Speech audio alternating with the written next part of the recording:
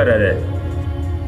Одоо Монгол генералын өдрийн тохиолдуулан зэвсэг түвшний жанжин тугийг зэвсэг түвшний жанжин штабын ордогч нар Өшөөрч генерал Баданбазар хүндэтгэлийн байранд зарлаж байна. Эрхэм генералууд зэвсэг түвшний жанжин штаб жанжин тугийн дор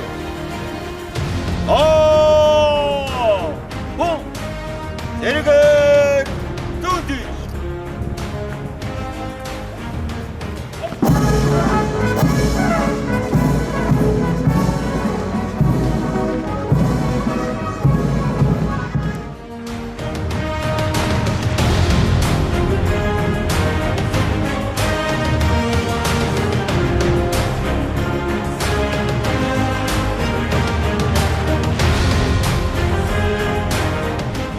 Их Монгол Улсын эрхэм генералуудаа өндөр зочдоо та бүхэндээ Монгол улсад генерал хэмээх цэгийн дээл сул бие усны 76 жилийн ой мэндийг Монгол улсын түвшний бие бүртгэний нэрийн өмнөөс болон уусаа хүлээж авах нь үгүй явна уу?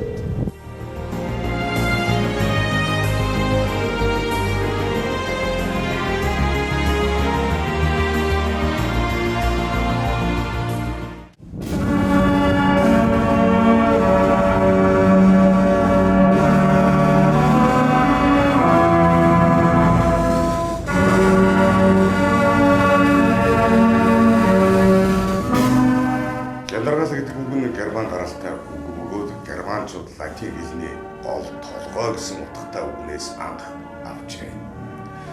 Генерал хэмээх цэргийн дээд цолыг анх 16 дугаар зуунд Франц улс албан ёсоор хэрэглэж улмаар 1654 оноос хаант Орос улс цэргийн дээд цол болгон хэрэглэж эхэлжээ.